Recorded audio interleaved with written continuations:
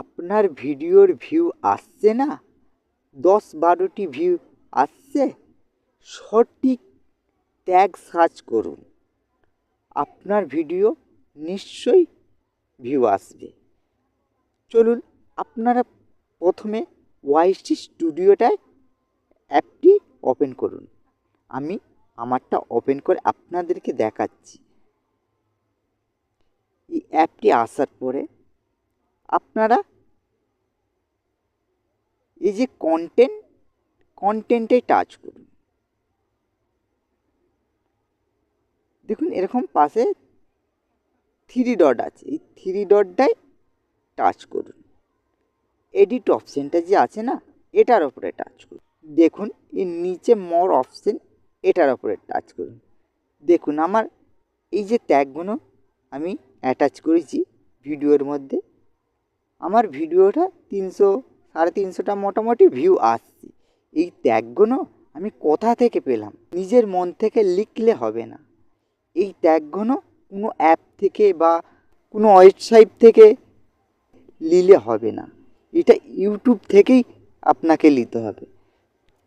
চলুন আমি সঠিক ট্যাগটা কোথা থেকে নিলাম আমি এটাকে সাইডে রাখছি।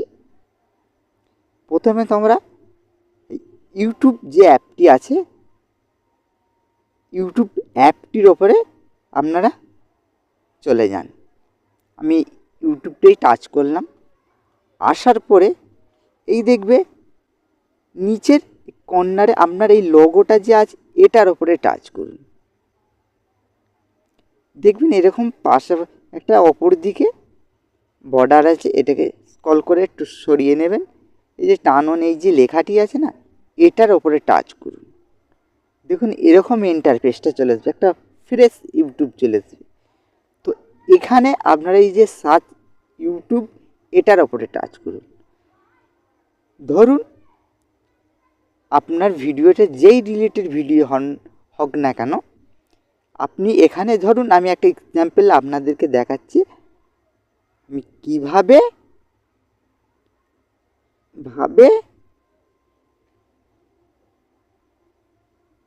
ইউটিউব চ্যানেল খুলব।